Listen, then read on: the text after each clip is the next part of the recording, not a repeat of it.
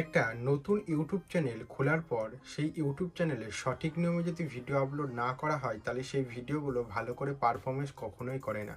তা যারা নতুন ইউটিউবে কাজ শুরু করেছে, নতুন একটা ইউটিউব চ্যানেল শুরু করেছে, নতুন করে ভিডিওগুলোকে আপলোড করা শিখছে, তাদের জন্য আজকে মেনলি আজকের এই ভিডিওটি।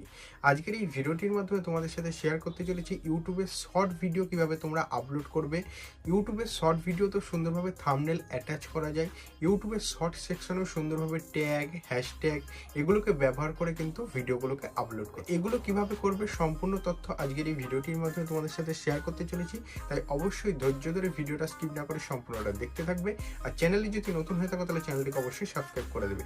তাই গাইস চলো আজকে ভিডিওটি শুরু করা যাক। আজকের এই ভিডিওটির মাধ্যমে তোমাদের সাথে শেয়ার করতে চলেছি ইউটিউবে শর্ট ভিডিও কিভাবে আপলোড করতে হয় প্রফেশনালভাবে। অর্থাৎ যারা বড় বড় ক্রিয়েটর হয়ে গেছে তারা কিভাবে কোন পদ্ধতিটাকে অবলম্বন করে ভিডিও আপলোড করে এবং তাদের ভিডিওগুলো ভালো পারফরমেন্স করে এবং তাদের ভিডিওগুলো 5টা 6টা 10টা 15টা ভিউজে গিয়ে আটকে যায় না, তাদের ভিডিওগুলো কিন্তু লাখ পর্যন্ত ভিউজ চলে আসে। 50,000, 1 লাখ, 1.5 লাখ, 2 লাখ তো হামেশাই চলে আসে। তা তোমরাও কিভাবে এই প্রসেসটাকে অবলম্বন করে ভিডিওটাকে আপলোড করবে চলো দেখে নেওয়া যাক। দেখো আমি এখানে একটা অন্য চ্যানেল খুলেছি, সেই চ্যানেলটা হিসাবে তোমাদেরকে দেখাবো। আমি এখান থেকে স্ক্রিন রেকর্ডিংটা অন করে নিই যাতে তোমাদের বুঝতে সুবিধা হয়। আর প্রত্যেকটা ক্রিয়েটরকে বলবো ইউটিউবের যে অ্যাপ্লিকেশন রয়েছে সেই অ্যাপ্লিকেশনটা থেকেই কিন্তু ভিডিওটাকে আপলোড করবে, তাতে কোনো প্রবলেম হবে না। আমি এখানে ইউটিউব অ্যাপ্লিকেশনটা ওপেন করে নিচ্ছি। ইউটিউব অ্যাপ্লিকেশনটা ওপেন করা হয়ে গেলে নিচের দিকে দেখবে একটা প্লাস অপশন রয়েছে, ঠিক আছে? প্লাস অপশনের উপর যে ক্লিক করবে এখানে কিন্তু আমি যেহেতু ভিডিও আছে, ভিডিওর পরের সেকশনে কিন্তু শর্ট রয়েছে, আমি এই শর্ট সেকশন অপশনের উপর ক্লিক করে দেবো, ঠিক আছে? করে দেওয়ার পর অ্যাড অপশনের উপর ক্লিক করবো। করে দেওয়ার পর এখান থেকে গ্যালারি থেকে ভিডিওর অপশনের উপর ক্লিক করে ভিডিওটাকে সিলেক্ট করে দেবো। আমি ধরো সাপোজ এই ভিডিওটাকে আপলোড করতে চাইছি, তোমাদেরকে বললাম এটা সাপোজ দেখানোর জন্য। আমি নেক্সট অপশনের উপর ক্লিক করবো। নেক্সট অপশনের উপর ক্লিক করে দেওয়ার পর এখানে কিন্তু পুরো ভিডিওটা তোমাদের শো করে দেখাবে। এবার ডান অপশনের উপর ক্লিক করে দেবে। ডান অপশনের উপর ক্লিক করে দেওয়ার কিছু প্রসেসিং নেবে। প্রসেসিং নেওয়ার পর কিন্তু তোমাদের এই ভিডিওটা কিন্তু পরবর্তী যে স্টেপ রয়েছে সেই স্টেপে কিন্তু চলে যাবে। তাই আমি তোমাদেরকে বলবো, অনেকেই কিন্তু মানে যে জিনিসগুলো এখন দেখাবো এই জিনিসগুলোকে ফলো করে ভিডিওগুলোকে আপলোড করো না বলে কিন্তু ভিউজ আসে না। এই জিনিসগুলোকে ফলো করে ভিডিওগুলোকে আপলোড করো, অবশ্যই তোমাদের কিন্তু ভিডিওতে ভিউজ আসবে। দেখতে পাচ্ছ এখানে কিন্তু প্রসেসিং নেওয়ার পর এই অপশনগুলো চলে এসেছে। এখান থেকে তোমরা কিছু ভিডিওগুলোকে মন করলে গান অ্যাড করতে চাইলে উপরে দেখবে অ্যাড সাউন্ড আছে, সেখান থেকে তোমরা গান অ্যাড করতে পারবে। এছাড়াও নানা রকম টেক্সট এখান থেকে অ্যাড করতে পারবে। ডবল যে অপশন রয়েছে তার উপর ক্লিক করে। এছাড়াও তোমরা এখান থেকে ভয়েস ওভার অপশন উপর ক্লিক করে এখান থেকে কিন্তু ভিডিওতে ভয়েস ওভারও দিতে পারবে। মানে ভিডিও শুট করে এডিট করে নিয়ে আসার পর এখানে তোমরা ভয়েস ওভারও দিতে পারবে।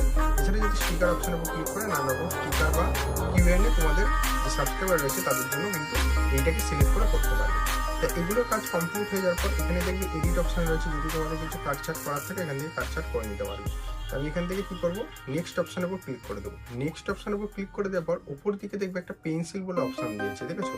উপর দিকে যে পেন্সিল বলে যে অপশনটা দিয়েছে, এই যে পেন্সিল বলে, এই পেন্সিল অপশনটাকে ক্লিক করে তোমাদের থাম্বনেলটাকে সিলেক্ট করতে হবে।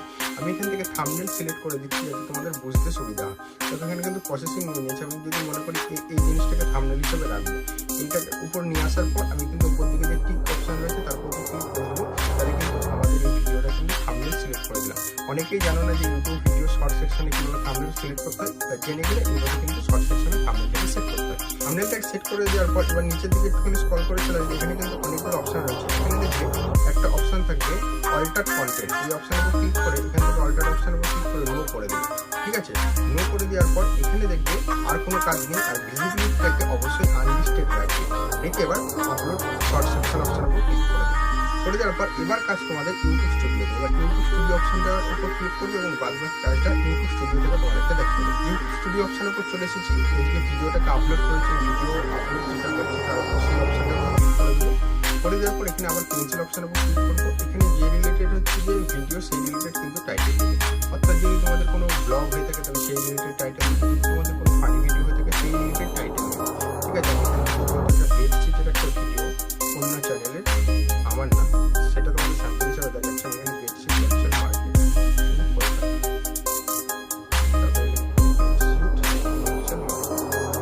টাইটেল দেওয়া হয়ে গেল। তারপর একটা দাগ দিয়ে এবার হ্যাশট্যাগ ব্যবহার করতে হবে। হ্যাশট্যাগ ব্যবহার করো না অনেকে, কিন্তু হ্যাশট্যাগ অবশ্যই ব্যবহার করতে হবে। আমি এখান থেকে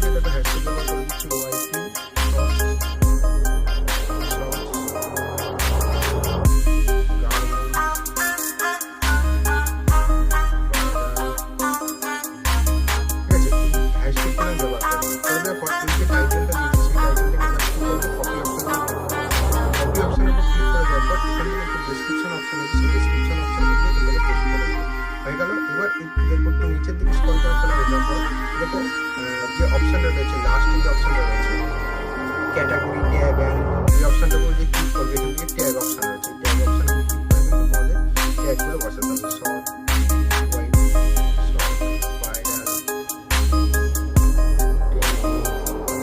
হয়ে গেল।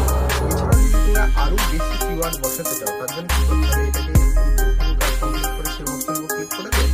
যে টাইটেলটা আমরা কপি করেছিলাম সেটা কিন্তু দেখো চ্যাট জিপিটি যে অপশনটা রয়েছে, জিপিটি যে এআই রয়েছে সেখানে যে তোমাদের